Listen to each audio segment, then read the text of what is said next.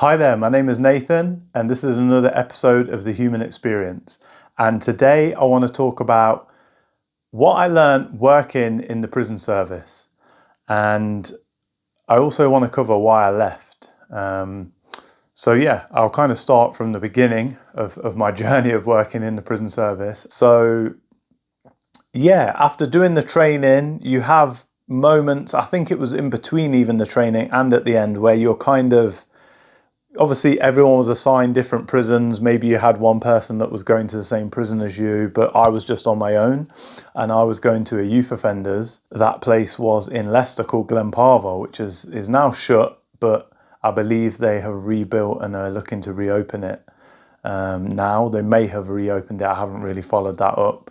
But yeah, at the time it was the older kind of Borstal, later called HMYOI youth offenders that, at the time of building and during some of its operational time was like one of the biggest youth offenders in Europe. So I think the capacity was around 800, just over 800.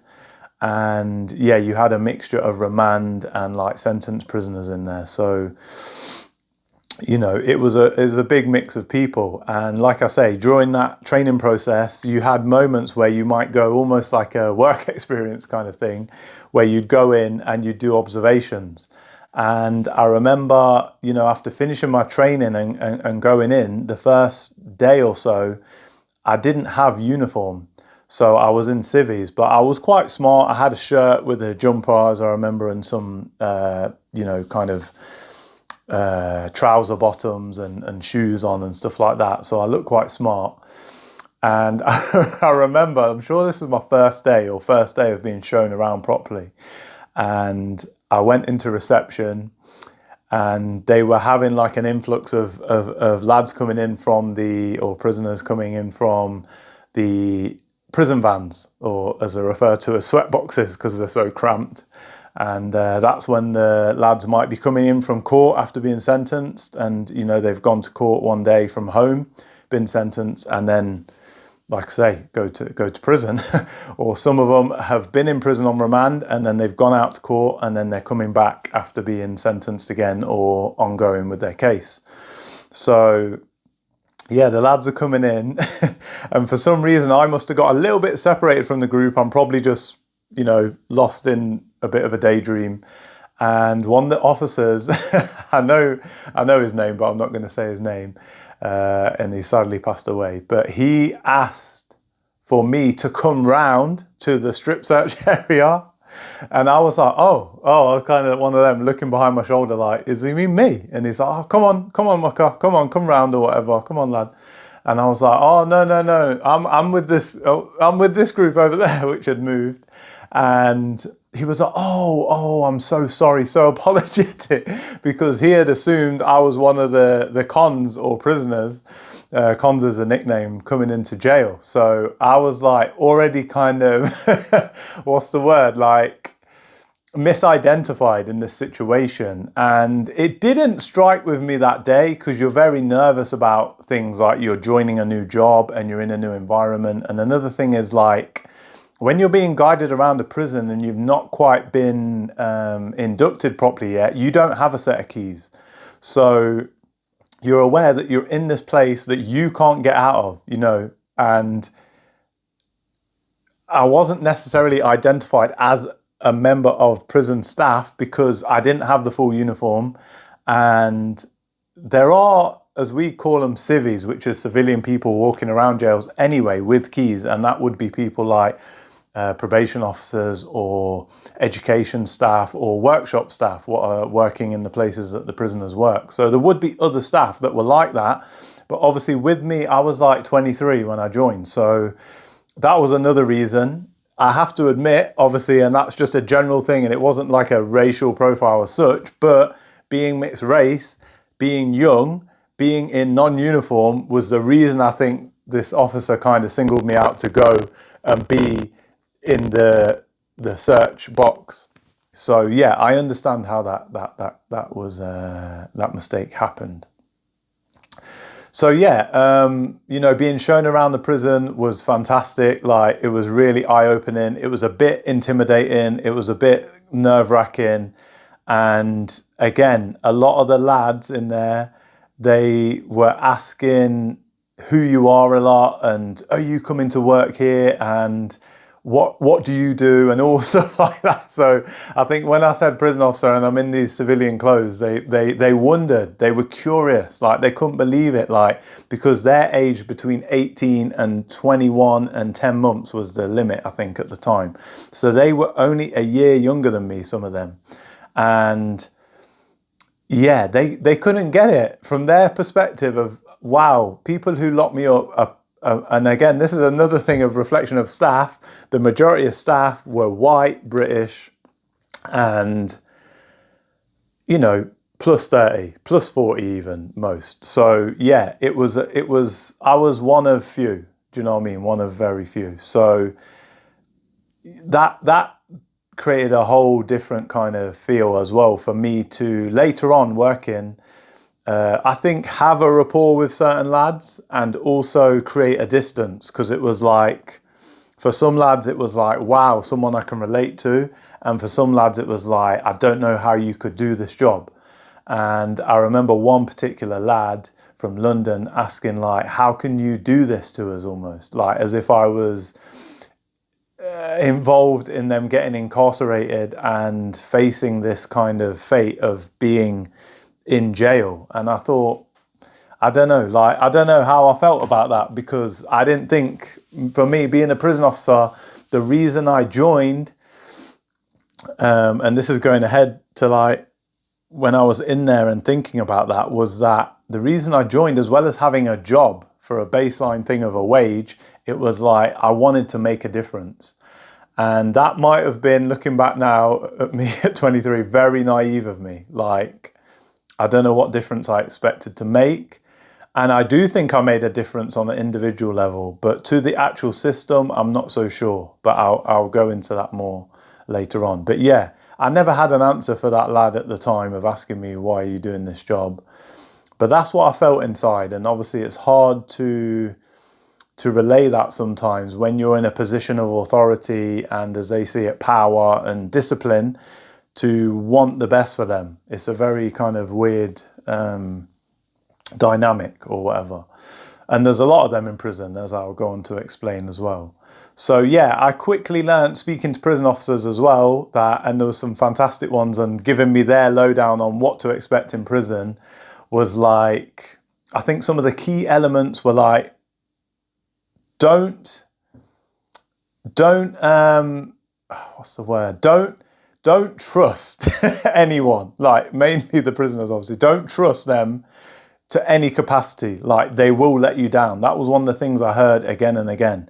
Obviously a kind of watch your back kind of thing, as in watch your back, as in be aware of your surroundings, and kind of set a precedent of how you want to be as you enter the jail and are assigned a wing. Kind of finding your feet is like finding your kind of place within that team, because you know there's a bunch of officers on a wing. Normally it was around, trying to think of the size of the team, but say on a duty there was probably 4 or 5 staff on a wing of like 80 lads. So yeah, that was the ratio, which again is so surprising when you first go into a jail. You think it's going to be higher for some reason. I don't know, you think there might be like 10, 20 officers to like a wing, but it's not the case. Do you know what I mean? So, you know, I got to learn that fast. So yeah, I quickly learned that. One officer put it to me that this place is not fluffy white clouds and bunny rabbits. Like, there's a seriousness to it. Do you know what I mean? And that really stuck with me, that what you see necessarily, your first impressions and what's going on behind closed doors, for want of a better word, obviously cell doors, but yeah, is different to what you might imagine from TV or from your imagination. So yeah, I got to learn that there was prisoners in there for really serious crimes, obviously sexual crimes, you know, murder, big kind of organized crime, and then down to other things like petty crime, so like muggings and you know, opportunist burglars, yeah, just a big variety of crimes, criminal damage. You know, one lad I remember, he was a kind of a repeat offender, but you know, he wasn't taken very seriously by the staff or the prisoners, bless him. He was really small lad as well. And he was in for, he had damaged loads of cars in the street in a city he was from. And he'd basically gone down that street and just like wrecked loads of the cars, like damaging bodywork, ripping off wing mirrors, I think smashing the windows. He'd done loads of these cars on the street and on other streets.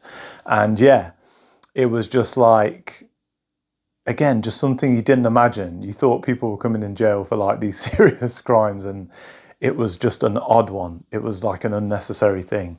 Another case that I could think of for lads coming in was like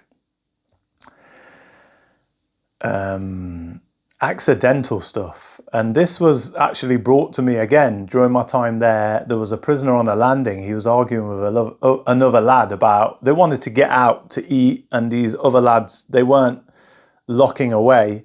They weren't being put behind their door, so they were delaying the process. And another lad was shouting like, just get back in your cell or something. And these lads that were messing around took their time and whatnot, and they said, oh, fuck off, da da da. And something came up where he was like, well, we're just criminals anyway, what does it matter, like how we're treated? And this lad was like, well, you might be a prisoner, but don't think that we all are. And like, from speaking to him, like after and prior to that, I knew that he was actually in for a driving offence. But what had happened is he had had an accident. He was actually in the army, and he had this accident, and he'd killed his girlfriend in the car crash. And basically, that was what I was getting at. Like for him, he was living like a straight down the middle kind of normal kind of life, you know, being in the army and steering clear of trouble. So that kind of accident just came about, and, you know, wound up with him getting this death by dangerous driving or something like that. And yeah, he's in jail. So he doesn't consider himself a criminal. Like, he just sees it as accidental. Yes, he's a prisoner because he's in jail. But that's where I learned there's a difference between an out-and-out criminal that wants to break the law and do things that are wrong, and someone that has just accidentally done something that breaks the law and therefore finds themselves in jail. I just want to talk about a bit of the dynamics in the prison. Like, obviously, these are things like I could tell you about stories, which I will do, about what happens sometimes in there and what goes on. But I want to delve more into when you've worked in that environment for a number of years, the things that you necessarily don't notice or aren't documented is like this dynamic of what's going on between officers and prisoners, and how they've come to the position they're in. So for officers and prisoners, there was some common traits, because this is, again, my channel is a human experience. This is my experience within the prison service, but I always relate it to what I observed and what I noted in other people. And for me, there wasn't huge differences between prisoners and officers in some regards, of like, both had ended up in this position through certain choices, yeah, or not even necessarily choices, but circumstances. And what you noticed was there was nice prison officers and there was nice prisoners. There was nasty prison officers that were, you know, abusing their power and not very nice to the lads or other staff, even their colleagues. And there was prisoners that were nasty as well, that had done nasty crimes, that were kind of, we'd say like within the wing, like a bad egg that was going to influence other prisoners to do bad things. So they were just, you know, not very nice people. And that was across the board, like I say, with officers and prisoners. But generally, obviously, being in that environment and prison not being such a positive place, the nastier side came out, I feel, of the prisoners, because, again, we was in a YOI, they're 18 to 21, they're going through a lot of things. And I feel like a lot of them were uneducated. Unfortunately, a lot of them were from care, so they'd already been in a system. And, you know, that word institutionalized comes up. That happened, obviously, for both. You know, prison officers, I feel, became institutionalized in the fact of we became sometimes unsympathetic, uncaring, a little bit hard on the prisoners, because over the years you have a lot of like moments where you're kind of shown what the worst in people, do you know what I mean? The worst kind of behavior and the worst kind of characters. And again, these lads were coming from all over the country. You know, we were in Leicester, but they were coming from Liverpool, from London, from Birmingham, Nottingham, Northampton, Coventry, everywhere. So we were seeing the worst, in some cases, of the worst. And yeah, like I say, for the prison officers as well, they were getting institutionalized to think that this was all you could expect. Do you know what I mean? And occasionally there was a really good rapport with officers and prisoners where there was a good level of trust to a certain degree, like professional trust, and working together, because you had to kind of hire lads to do jobs on the wing, and you had a servery that would dish out the meals and would sometimes kind of help you on the wing, you know, clean the wing and do stuff that was jobs of like a privileged position, like a trusted position. So there was definitely like a good working relationship sometimes. And the lads could be very helpful. And, you know, with some officers, they went above and beyond to help lads out, you know, whether it was trying to get them a phone call, you know, like an extra phone call if they'd had bad news with their family, or personal problems with their relationships on the out, or, you know, stuff like that, updates that they wanted. So yeah, there was a lot of that went on. There was a lot of kind of good aspects, you know what I mean? A lot of people want to know about the drama, but there was some great kind of comings together where, you know, I've even known lads to hold doors open to like units. So an alarm might go off, there's a big fight going on, and what I feel is some lads, they weren't about that kind of, they weren't supporting that kind of situation of violence and chaos and all that. They didn't want that. At the end of the day, they lived there, and they wanted, most lads wanted a kind of steady, stable sentence, you know what I mean? Like a steady rip, as they say, you know what I mean? Like an easy time, you know what I mean? And it to just go by smoothly. And yeah, so there was an incident where you're coming onto a wing and the lads are opening the door. They can't open it, but obviously officers have gone onto the wing because the alarm's gone off. There's big fights going on. And yeah, some of them lads are holding the door open rather than they could obstruct the officers, you know what I mean? And or you know, get in the way. They're helping because they want an end to that kind of chaos. It's a big stress that's going on, you know what I mean? Like in their lives. And it's hard enough just doing time, I imagine, let alone having all the dynamics of bullying, violence, the threats, the abuse, all these kind of things going on. So yeah, some lads definitely weren't for that. And they also had, and it's hard for the public maybe to believe that, and even some officers sometimes, that they had a good moral compass. Like, yeah, there's lads that, you know, things have been nicked and lads have come to us in a kind of anonymous way and tipped us off of where that stolen stuff is, whether it's tobacco or other prisoners' personal belongings. And again, that's just to resolve a situation, because just because they're in jail doesn't mean they think that doing bad things is normal or right. There was that side of it. And there was also, you know, from prison officers' point of view that I saw, was like prison officers that manipulated the lads.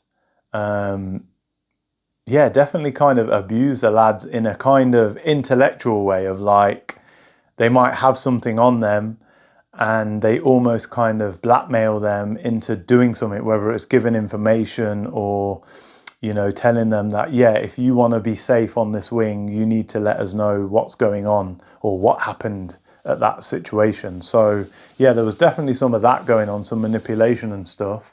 That's what I mean. The dynamic was crazy, But what I knew as well, being an officer and being around these staff and building up a rapport with them, and sometimes having kind of nights out with them and seeing them in a more chilled environment, was that a lot of them were going through their own problems. You know, just because they weren't locked up necessarily and they got to go home every night, it didn't mean that their life was perfect. So some officers were happy and some were very sad. And some prisoners were happy, believe it or not, in jail, and some were very sad or depressed or whatever you want to say. And it happened in both ways. There was this weird merging of like, we're in a different boat, you know, one's locked up, one's free to go home, one's doing their job, and they still feel the same. You know, and one very extreme way I can say that that came about was that I know of a prison officer that he took his own life while he was working at the jail, and no one could fathom why that would happen. And especially with the lads, because they're like, he's free and he has a life and he earns money and all this kind of stuff. And it's like, yeah, just to say that no one's life is perfect, just because from the outside it looks that way, it doesn't mean it is. And likewise, sorry, to say that some lads obviously being in jail, which was, I hate to say, more expected, but it didn't happen as much as you would think. Like, some lads took their own life as well. So there was deaths on both sides. There was smiles and laughter on both sides. You know, there was officers and lads cracking jokes. You know, we used to have table tennis and snooker tables on certain wings, on the enhanced wings. In the end, they got took off for you know, having fights with the pool cues and stuff like that, and the balls. But yeah, there was lots of good banter between staff. So yeah, some of the fun things that you'd come across in jail is like, you'd be doing cell searches with another officer and you'd be going to different lads' cells. Maybe in the morning you'd do that on the wing as a kind of routine, daily routine, looking for, you know, any kind of contraband, any illegal items basically, or just a general overall security of the cell, you know, making sure things haven't been tampered with and stuff like that. And they'd be watching like Jeremy Kyle or something, which is obviously not on anymore. And yeah, some of them would tell you stories like, oh, I know so-and-so who's on there, or, you know, because they might be from the same area, or I've been on their boss and stuff like that. And, you know, they just tell you what was the story, what happened, and or why this person was on there. And it was just like a mad thing of where I thought, you know what, in my day-to-day life, I don't know anyone who would or has been on there, but that was their reality. That was, to me, showing where they were coming from. And unfortunately, like, it got found out later on, probably for the show being banned, they was kind of exploiting lower class, poor, uneducated people generally, because they were going on that show to get money, and because they couldn't resolve a dispute between themselves, they needed to be on TV for it. Like, I don't know, it just didn't make sense. Yeah, it's like the Jerry Springer show. Like, it's not your kind of functional middle class, upper class people going on there. Do you know what I mean? There's a dynamic there, and it's sometimes exploiting people. So, or a lot of the time, all the time. And yeah, so that was funny, learning that they knew people from there, because that was reflecting their background a lot of the time. And, you know, sometimes when you were on nights, and say like a Friday night was like, you know, you'd have the big radio shows on, and they'd be listening to, a lot of them liked hip hop. So you'd have the big Radio 1 hip hop show on, Tim Westwood, later on Charlie Sloth. And all the lads that loved that music, which was the majority of the wing, would be cranking up their radio and just almost like karaokeing like the songs out, because that was like their night out. Do you know what I mean? Like, having these tunes coming in, because again, they could order CDs or they could play stuff on the radio, but like, that was that one opportunity at nighttime that they got their kind of tunes that they appreciated and loved on, because it was like, you know, rap music, rap show. Also the soap operas, like, come say 7:30, is it 8 o'clock, when Coronation Street, EastEnders and all them are on, the wing is silent. Like, you can't believe there's like whichever lads have got their TVs are just watching this in it's like synchronized watching of a show, you know, banging on the doors when someone's having an affair or someone gets, you know, like killed in the show, or, you know, there's a fight going on and they get dead excited, and then you know, you might hear the dun dun dun dun dun dun dun, dun, and they're all like boom boom boom boom banging the doors and just getting super excited over this soap that I thought, wow, do you guys really watch this? Like, I thought that wasn't cool, but yeah, it is what it is. Do you know what I mean? That's the levels that they get to. Like, it's almost like a communal kind of appreciation. Even watching stuff like football games as well. Obviously, if England are playing, a lot of the lads would watch that and they'd be banging on the doors when they scored and, you know, cheering and all that. So yeah, there was some real, I felt that was like a solidarity, not just within, that was with staff and prisoners. We all had an invested interest in the sports stuff, maybe not the soap opera so much. And so, yeah, certain key bits of news though might be on, and then the lads would all be talking about it and the staff would all be talking about it and we'd be talking about it together. So there was a kind of coming together sometimes through what was happening in the, for them, the outside world. Obviously we were exposed to that. Talking of the outside world, sometimes you obviously would bring your lunch into the prison and you might be heating it up, and say for example you might be on a lunch patrol, so all the lads are banged up, you're having your lunch and they're also just had their lunch served and they're in their cells, and you might answer a cell bell, and then you might tell a lad, this is kind of a point of like, you know, making fun and having banter and stuff, is like, they might just say, oh boss, is my magazine down there? Because magazines were delivered at a certain time of day, and you'd be like, maybe, but it's lunchtime, so why are you interrupting my lunch? You know what I mean?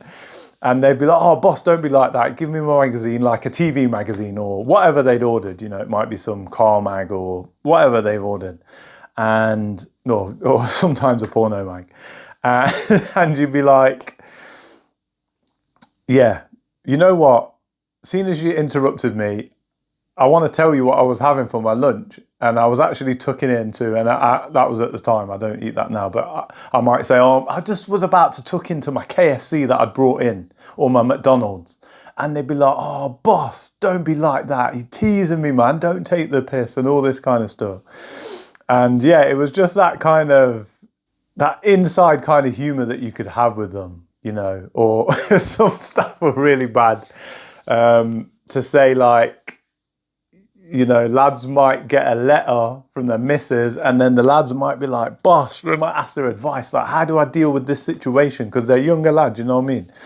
And they might say, oh, my missus is saying this, that and the other, she might not stay with me, she don't know if she can wait the whole time I'm inside, and this, that and the other. And then that officer like might say to them, oh, if you want, I can visit them and give them a, you know, lend them my ear and stuff. And the lad would obviously be cussing them because they'd be like, no, but you're not going to go see my missus on the out while I'm stuck in here. And just, you know, insinuating that they might have an affair with them or something. So yeah, it was just banter like that, which, you know, was taken in good spirits most of the time. The sad side, sorry, because I always like to do that kind of, you know, both sides of the coin kind of thing. You know, you'd speak to the lads, especially being a personal officer, you get to know the lads, and, you know, it was kind of why they were in jail. There was some sad cases, you know, where lads just didn't have anything on the outside. So they literally were in jail for like, they'd done a mugging and yeah, from the outside, all this burglary, but yeah, it was completely wrong, against the law, they're locked up, whatever. They own up to it, you understand, you explain it to them, whatever. But there was a side of why are they doing it? And it's because that, for want of a better phrase, they haven't got a pot to piss in. Like, they've got nothing going for them. No job, no support from family. Sometimes their parents have just abandoned them. And like, it's not to say that that's an excuse for them to do that behavior, but you can see why. Like, you only go and mug someone for a mobile phone if you can't afford it, or, you know, even in a worst case scenario, they're addicts and they're just feeding a habit. So they're nicking stuff to feed that. Again, at 18, 19, 20, what kind of situation is that? Like, it's a very sad situation, yeah, and not something that majority of people find themselves in if they have a loving, supporting family. So yeah, that was quite sad. You know, repeat offenders, you know, being there over 7 years, I got to see lads go in and out. It was almost like that kind of yo-yo mentality of come in, you know, do your time, go back out, got nothing going on, or mix with the same crowd again and go back to doing the same things and re-offend and go back to jail. So yeah, that was sad to see, because you were seeing, you know, especially if they were young, if they come in at 18, like the first age that they can come in, and then you've not seen them for 3-4 months, you know, they've done their time and they've left at maybe 19 years old after a year inside, or 6 months inside they've left, and they come back and they're like 21. And you're like, wow, so in 2 years you've not even learnt, and now you've come in for something that was probably even worse, or is going to give you a longer sentence, and you're going to be in now until you're like late 20s. And it's like, wow, like, have you not learnt?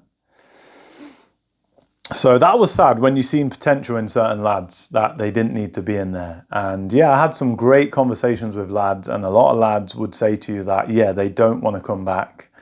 And a lot of lads didn't. A lot of lads didn't. Obviously, you're not going to remember the ones that don't, because you just never see them again, which is good. Obviously, some went on to the adult establishment, so they would carry on for a long time. Some were sentenced that long that they were going to be going to the adult establishment. So that was just the nature of the cases that were in there. But yeah, another sad story that I saw was actually one that got out. And I really love my music. So I was in like Leicester Town Centre, and I went to the music store, and there was a lad that I knew from being in the youth offenders that was on the streets begging. And I just thought, wow, like, he was probably better off in jail. You know, at least he was more safe in a way. He had, you know, heating, he had a bed to lie on. He had clothing, because they give out issued clothing if you had no clothing of your own. He was getting a little bit of income each week, like, you know, through being in the jail or working or being in education. And now he had nothing. He literally was like asking people to give him money. And he didn't seem, to me, he probably did have some kind of drug addiction, but he wasn't like spaced out, like he didn't know what was going on. So I knew there was a level of like soberness to him, that he was maybe in and out of that kind of cycle if he was, but if not, that it was just through lack of guidance or knowing what to do once he was out. I think he was lost. And again, being institutionalized, going in, you could go in juvenile estates and then go to YOIs, and you could have been in jail. Even going into our jail at 18, you could have been in jail for the past 2, 3, 4 years or more. So yeah, it was nothing new to some, which was sad. So yeah, they were the kind of dynamics, like some of the things that happened. Wow. Yeah, fights, big wing fights, like where you've got a big group of lads from one area or one gang against another. Lads where they had their like faces slashed and like had big gaping holes in their face or in their, you know, gashes in their head and stuff. Yeah. Even with officers where we've had to restrain lads because they're that worked up, they're that angry, that you almost have to, you know, restrain them to like get them to calm down because something has gone on the wing, like someone's annoyed them or they've heard something on the phone about something and it's just made them kick off, and just, yeah, different things. Like there's so many ways that the mood can just change in an instant. And obviously there's kind of thieving going on and borrowing and lending and debts and people owing. So there's like people getting, you know, kind of a price put on their head to deal with them, or people collecting a debt, so having to get physically violent with them. Yeah, so much going on, finding out what people are in for, so then taking the law into their own hands and stuff like that. But yeah, I remember one incident where me and a senior officer, we'd gone in to put a lad on basic, And he wasn't having it. He was like, no, you're not taking my TV. You're not taking, at the time we took their trainers, like they'd have their outdoor trainers, like their Nikes or Adidas, whatever. We'd have to take them off them and they'd get prison issue plimsolls. That was like a punishment for them. And obviously for a young teenager, it's not the best kind of, status symbol wearing these plimsolls. So he was not having it. He wouldn't get off his bunk. He wouldn't let us, like, he was not like happy with us taking his TV, sorry. And, it wasn't going well. So senior officer had issued, his nicking, which was, going on basic for whatever it was. He'd broken some rule. And we took the TV out, and then he got up off his bunk and he's like, no, you ain't going to take these shoes off me. So basically, we're coming together as staff in this con where we restrained him, but like it was a bit of a scuffle and it was a bit slippy on his floor because a lot of the guys, like the prisoners, they're very OCD about their surroundings because I get it, like they're in it 24/7. So they'll really polish their floor, or they might have just like washed their floor and, scrubbed the walls and everything, like immaculate sink and immaculate toilet. And yeah, I think he'd done that, not on purpose, just that he'd really cleaned his floor. So it was a bit slippy and we're trying to get hold of him and restrain him. And basically at some point, with us not being able to get to him properly and trying to take him to the ground, he's grabbing on to, I think, the officer's radio or his extendable baton. And obviously that's a big no-no because you've got your keys as well on your belt. So it's like a big security kind of thing that you have always in the back of your mind as a prison officer, like, keep the keys safe, everything safe on your person because that's a risk to you. Do you know what I mean? If they get the extendable baton, you don't want that used on you. If they get the keys, you don't want that breach of like them being able to get out, basically. Not that they would, but just in theory. So yeah, that happened. He's grabbing at the officer, which I think he's just trying to wrestle with him. And I'm trying to get hold of him as well from another angle. And basically they fell to ground. And then that officer is so pissed off that he's grabbed the lad and he's picked him up by his, like, almost his trousers and his pants. And he's given him like this big wedgie. And the lad's just throwing punches and everything. And I'm trying to grab an arm to control it. And then he's grabbed his head. And other officers have come then because I think one of us pressed the personal alarm or whatever. And yeah, we've got him under control, as they say, bended him up and took his trainers off him, left him with plimsolls and just put him back in the cell and then shut the door. And yeah, it was just one of them where, in the moment when you think like the situations that you get in, like, why is he getting wedgied? Like, it wasn't a thing of doing something wrong. It was just like how it wound up in the moment. Like, it was just a off the cuff kind of moment and situation of slipping around and falling. And in the end, again, these things, they sound bad in the moment, but like maybe half an hour later, you're letting this lad out to get his lunch. And then it's on him how he takes that situation, because at the end of the day, he knows he's done wrong. As long as you, as well as staff, have not done something beyond what you should have done, there's no abuse that has happened. And it's not always like that at all. It's just like you're just carrying out, it's like a traffic warden giving you a ticket. They're just giving you a ticket.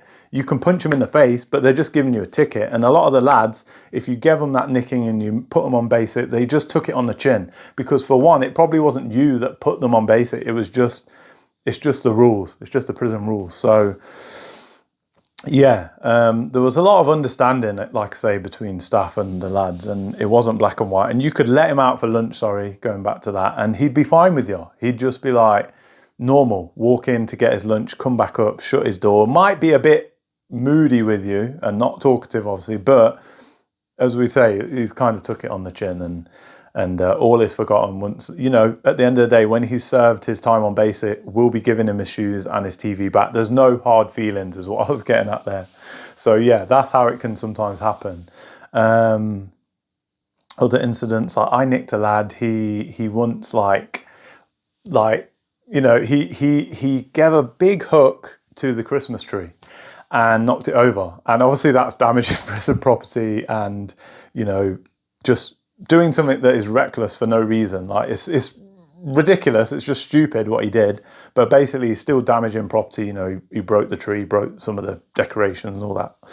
So yeah, he got nicked. You know, he got adjudicated. I think he'd already been like, he had one suspended, so he was waiting something, and then he went on basic for that.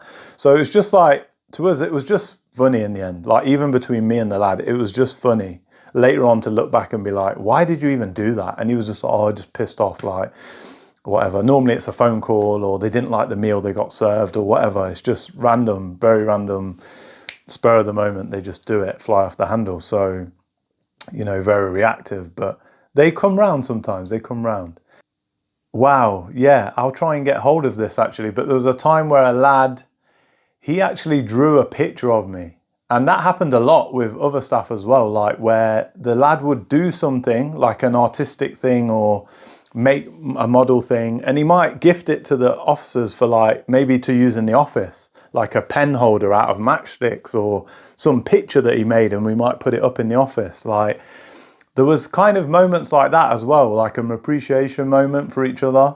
And yeah, this lad drew me, and I thought when I got it at the time, I was just like, well, it's a bit of a caricature, yeah, it doesn't really look like me. But I was also like taken back a bit, and I was like, thank you at the time. But then when I thought about it, took it home, and I still have that picture to this day, bloody hell, over 10 years. It was like, wow, this lad had took his time to draw me in his cell one night, and like, I think, what did he put? He'd put big man officer, you know, something like that, you know, at the bottom, like a catchphrase thing. And I'll have to get the picture, sorry. And yeah, yeah, I was taken back by that, because imagine in my whole life, no one has ever drawn me. Like the way I think of someone drawing you is that that is something that is only given time to for people like kings and queens or celebrities or someone important, basically, like is drawn, yeah. And this lad, I'm not saying he did like some mad kind of detailed Rembrandt or whatever the hell it is picture, but you know, he made an effort, he took his time to do it, so I appreciated that. And yeah, it was just to show, like, for me, I feel like I must have had a positive impact on him, because I think maybe I'd spoke to him about doing his pictures. I think that's why he drew me. Now I'm trying to remember, but yeah, just talking and encouraging him to like do stuff when he gets out. You know, yeah, go do that college course, go, you know,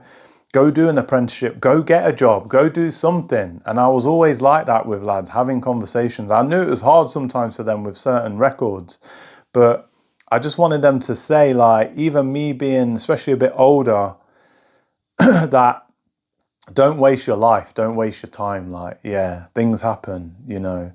Lads learnt that in a very difficult way of like, some of them would lose, especially at that age, like their grandparents, and they never got to see them. Do you know what I mean? So that was real hard hitting for some of them. Some lost their parents, you know, because again, the type of backgrounds they're from, things might have happened to their parents through drinking addictions or drug addictions. Yeah, just things happened. And same for officers. I feel like we gave up a lot of our life. You know, I know we got to go home every night, but these shifts were like long shifts, demanding. You know, you're getting back to your family and friends, and it has an impact. It has an impact. You know, I'm sure there's a high divorce rate and kind of, you know, substance abuse within prison officers and staff. So that takes its toll as well. It happened on both sides of the fence. And yeah, just to say that that was the kind of things that I experienced in jail. I could talk on and on about things that happened, and you know, there were sports days and stuff like that where it was like prison staff v cons, and they were really fun as well. And sometimes they'd bring in certain professional or ex-professional players to coach and do stuff. So there was really good stories, lads going out to go on and get great jobs. There was lads that I was aware of that I'd either worked with or come across in the jail that went on to become rappers within the music scene, like really well-known rappers. I won't name their names, but like literally high up in the charts, doing really well, sold out shows and stuff like that. Yeah, lads again going on to do whatever courses and gain qualifications and get jobs, decent jobs. So yeah, there was definitely success stories as well as all the other kind of things. And yeah, one of the things that probably hit me the hardest was actually going to a hanging. I remember it was like, I'm just using the prison terms, I can explain them, but yeah, it was kicking off on a wing. This was during lockup, so the end of the day. And yeah, this wing was kind of on the edge of going up, becoming a riot. So loads of staff had been called up there rather than you can't go home, you just have to go and obviously deal with that incident. And that eventually was like kind of diffused and everything was under control and all the lads were behind the doors and some went to the segregation unit, which was like, you know, their punishment for whatever involvement they've had in something. And there was another alarm. And if you hear like a code blue alarm, then that's something to do with breathing, obviously. So either the lad has got some medical condition and something has happened, like he's fitting or he's passed out, or, you know, the worst case always goes into an officer's head of like hanging.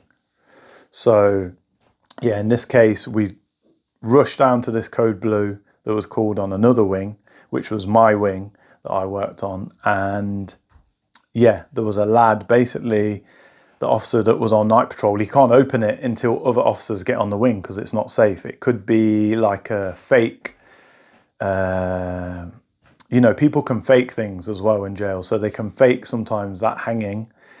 It's not easy to tell because it's nighttime, it's dark, you don't know what's going on. And they cover their light sometimes, the lads, with like their clothing or tissues and stuff like that. So it was pretty dark in the cell. And obviously we get on there, that now the cell door can be opened, and as we entered the cell we could see the lad, he was hanging from his light fitting by some kind of bedding or his own clothing.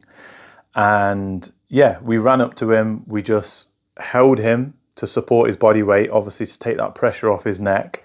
And another officer came in with the fish knife, which we use, it's like a special piece of equipment that you can cut ligatures with. So he cut through that. And as you can imagine, because the lad was unconscious, then he was almost like, just for want of a better phrase, but he was like a sack of spuds. He just dropped and it kind of caught us by surprise. So it wasn't like a very effortless taking him to the ground to like put him in recovery. It was like trying to stop him from actually hitting the ground, if you know what I mean. And yeah, once we supported him in a very kind of ceremonious way of putting him down, then luckily the nurse was coming anyway, and the nursing staff had come and they start performing CPR on him, and you could just feel that he was very cold. And the image that sticks with me that I think just happened through the process of ligature is like his tongue was very blue, his skin was very like pale, but also like you could see the veins, probably because of how pale it had gone. And yeah, very lifeless, you know what I mean? And it's surprising because this young lad, you know, like I say, he was on a wing that I knew him, and yeah, I've been used to seeing him just going about his day-to-day stuff. So yeah, that really hit me, that job. And basically he left the prison alive, later died, but yeah, left the prison, an ambulance came in, kept him alive, you know, with the whole defib, you know, giving him the shocks and whatnot, and giving him resuscitation. And yeah, he was taken to hospital alive, but later on died. And yeah, it was just very hard hitting. You know, he was a nice lad.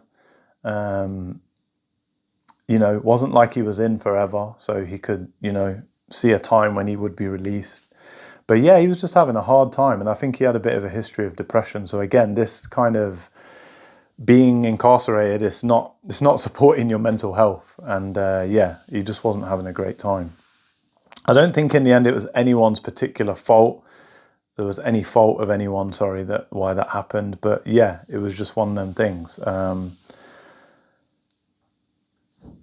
Yeah, that's just prison life. Sometimes it can be tough. But I guess what I'd want to go on to now is kind of why I left. It wasn't just really through the bad incidents or things that had happened directly that I'd witnessed and stuff like that or heard about, but it was more so to do with my faith in the justice system. Like, I couldn't understand the sentences some of these lads were getting for the crimes. Like, some were ridiculously short and some were ridiculously long for what was happening. And what I knew, obviously, which probably the judges and the lawyers and solicitors didn't necessarily understand, and even the police to a certain extent, is that there wasn't a great deal being done once they were inside. Like, yes, there was programs like, kind of behavioral programs, anger management programs, education. There was stuff like that. But there also was times where lads were just left to their own kind of devices to, like, if they don't want to take part in something, they don't have to. They can just kind of almost go through their prison sentence on their bed, they'd say, like, just not doing anything, basically. And yeah, I just didn't have faith in the way that the rehabilitation that was being given, it was very underfunded, which I get it. Like, the taxpayer doesn't want to pay for them to have a great time. It's not Butlins. But like, there needs to be more resources put in sometimes to create a better outcome and therefore give more value to what the taxpayers are paying in. And, if these guys don't reoffend or they have a brighter future, it's going to have a knock on. Like, they're not going to come to the attention of the police again. They're not going to go through the legal system. So they're going to have less costs, in the long term. But if you don't do nothing with them and they reoffend, the costs are just going to skyrocket. So, and be ongoing, because it costs X amount of money to keep a prisoner in jail per year. So, if they're on a 10-year sentence, that's a lot of money. So yeah, a waste of money sometimes. The budgeting was terrible. Maybe some money was wasted. I don't really know the insides of the financial side.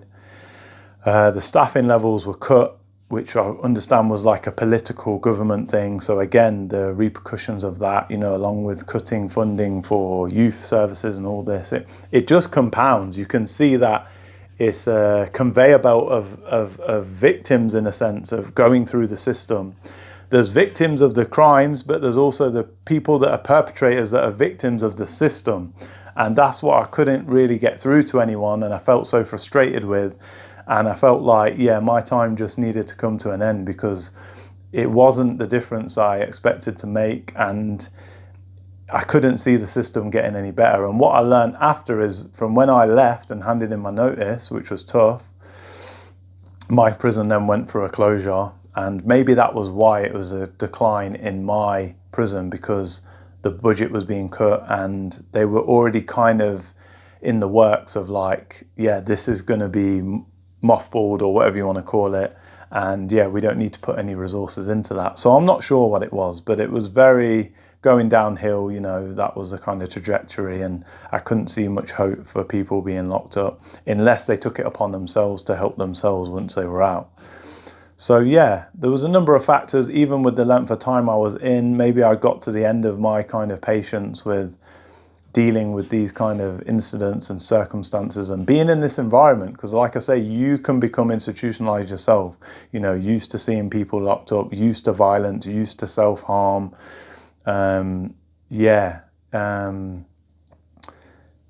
So yeah, they were the kind of my personal thing. Looking ahead, I would never discourage someone from joining the prison service and trying to make a difference. And the fact that the prison service can move forward and modernize and be better, but I just don't see that's the trend at the minute. And I think if I spoke to current prison officers, they'd probably agree. And I would love to speak to a current prison officer and also ex-prisoner to see what the state is of 2024. Of the prisons, or how they've improved or how they haven't improved. But I know with the prison population growing up, with the prison population growing, that it doesn't seem like there's a good outcome at the minute. And with capacity getting stretched and staffing levels remaining low, I can't imagine it's very good inside there. So yeah, there's room for improvement, a lot of improvement moving ahead. But yeah, that's kind of all I've got time for. I'd love to see some comments on, especially from people that have worked inside or have been inside themselves, to say what was their experience, what's a memory they have, good or bad, and what they think the prison service needs to do from a staffing point of view and a prisoner point of view going forward. What could make it better? You know, how can we improve on these kind of age-old traditions of locking someone up, capital punishment, incarceration, all these kind of things in each and every country? How can we improve on them? If they're not working, they need fixing. So yeah, thanks for your time, guys, and I'll see you next time on The Human Experience.